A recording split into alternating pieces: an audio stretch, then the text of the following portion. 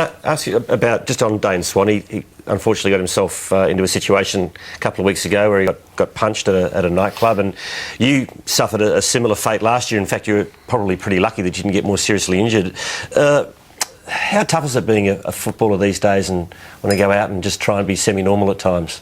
Yeah, I suppose I don't really think of it. Obviously, that incident that happened with Dane and myself, obviously unfortunate, but I suppose we can't control what other people do, and I suppose we still want to have fun with our mates and do that, and I suppose at times it is tough. Yeah, is it possible as a footballer these days to get out and, as I said, try and be semi-normal?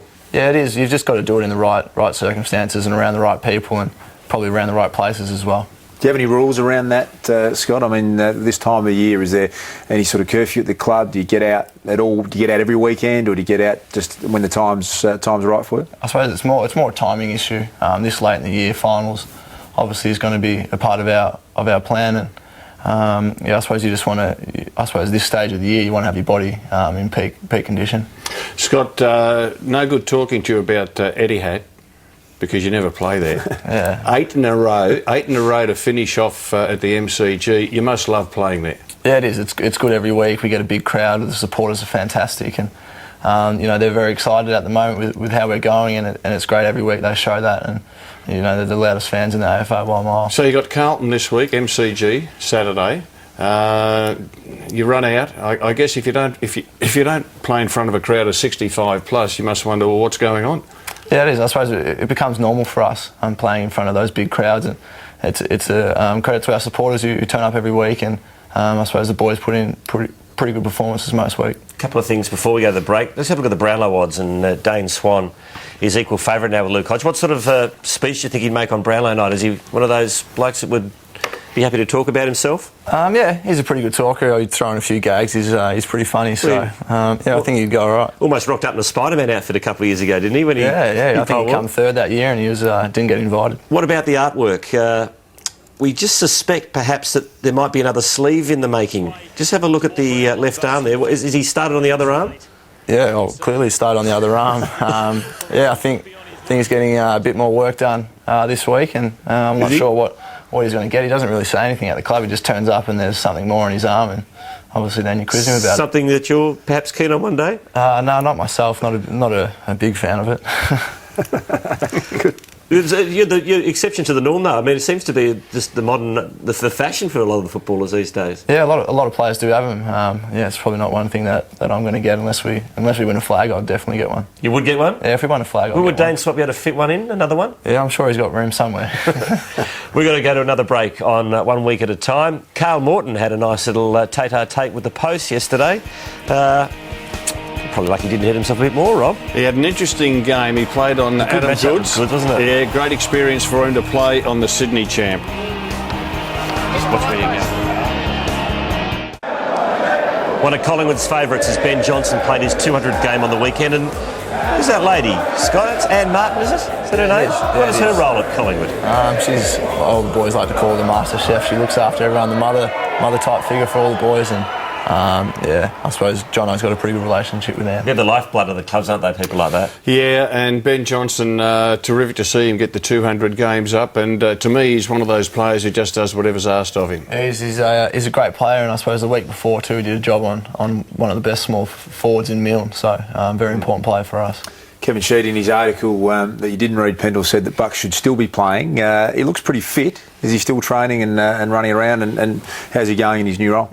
He's been very good as the forwards coach, and I suppose every now and again Mick pulls him out of training because he tries to jump in the drills and stuff like that. But no, he's very good, very knowledgeable, and he's across, I suppose, everything that you can imagine. Do you get excited thinking that you're in the present at the moment, but knowing that not too far away, Buckley's going to be your senior coach? I suppose I haven't really thought about that too much. I'm pretty happy with the system we've got now, and I suppose he's got to learn a lot, and he admits that. And he's very good to work with, though, as a one-on-one sort of guy to help your game go to the next level. What about your skipper? Did you think he was captain material when you first met him? Yeah, definitely. I suppose the first day we walked through the door as 17-year-olds, he was the one that grabbed us and showed us around the place, and then I knew that that's something that he aspired to do. And you've been doing a bit of it lately? Yeah, I have. filling in. Filled in for a few weeks. Do you always thought you were a bit of natural captain material, or does it come natural to you? I'm not too sure. I suppose through basketball as a point guard, you're sort of the leader on the floor. So I suppose with football, it's a little bit different, but it's something that I've enjoyed. Friday night there was a big interchange incident. Cyril Rioli goes to kick the goal. Grant Birchall goes on and really costs the game in the end. People watching footy say, how can you muck that up? How can someone not understand when to go on the ground and when to go off? I mean, is it that simple now, given we've got 150 interchanges, or can you understand how these mistakes happen? Yeah, I suppose it's pretty hard for the guy down there trying to control it all, especially when 3 or 4 blokes do go to come off and you're not quite sure which player you're actually going on for. And especially with a few players that don't like to be on the bench at all, they're eager to get back on straight away. So, what's your system? Have you got a rule, or is it just common sense? Wait till the person coming on, you come off? Or? Yeah, common sense. Just really err on the side of caution. Another world record was, boys. Yeah, it was. It was. The number of rotations just keeps going up, the interchanges, and you can see there 156 interchanges by Hawthorn, and St Kilda had 111. That's 2 moves a minute. Yeah, I know. I wouldn't like to be the interchange steward because it's just like Burke Street down there. They're coming on and off all the time. And you can see there 43 moves made in that last quarter in 31 minutes. Scott, and there's Collingwood's interchanges, top 5 interchanges this season. And you can just see it's just gone from 60 to 80 to 100 up to 160 almost. Now, Scott, when you come off, you decide when you want to come off, don't you? Yep. Yeah, that's player driven. So how many times would you come off in a quarter? 2 to 3 times a quarter, I suppose. You try and come off before you blow yourself up too much. So you're only off for a minute, 2 minutes, and then back out there. Have you got a set person that you try and rotate with on the interchange bench, or is it just get off and whoever's ready to go comes on? No, we try and stick to the midfielders. For me personally, obviously that's where I'm going to go. And if a forward comes off, you can go on there. If no one else is going to go down the forward line. We took a camera to the VFL, Scott, and honed in on a couple of the star players for Collingwood over the years. The big question we asked at the start was, will Josh Fraser get to play 200 at Collingwood? It seems pretty tough for him to get back in the side at the moment. Yeah, I suppose with Brownie and Joel's playing so well, I suppose Josh has got to keep assisting down in the VFL. I was down there yesterday and some of his ruck work was really good, and his attitude around the place has been fantastic, and he's certainly giving himself the best chance to earn a recall. Would it be a fair comment to say that really he is now relying, unfortunately, on an injury to someone else to get back in? Not necessarily. I suppose with Mick, as he's shown, he's prepared to change the side around a bit, and I suppose that. What about Medhurst? Is he in your best 22, do you think? Yeah, definitely. I suppose when he's up and going and he's starting to get some real confidence in his body, and yesterday he played really well and he was really sharp. I think it's a real strength for your team, though, that you've got players like Fraser, Medhurst, O'Brien, Jack Anthony and others who are pushing to come into the side. So the boys who are in the side, even though they're playing well, they have to play well because if they lose their spot, they may not get it back. So it's a really nice position to have that pressure on all the players. Yeah, the pressure's there every week. Even at training, the competition in full ground drills is really high, and it's really good for our weekends when we go out there and play. The intensity at training's always up, so when you get out there, there's not too much of a shift. Big brother Chris running around in the VFL side for Collingwood, and your younger brother actually played in this game for Casey, is it, as the 23rd man? Yeah, he did. I was down there, and it was good to see them both down there playing against each other. They lined up on each other for a while there, and that was a bit of fun. I'm sure there was a bit of banter going on between the two. Has the older brother still got some hopes of maybe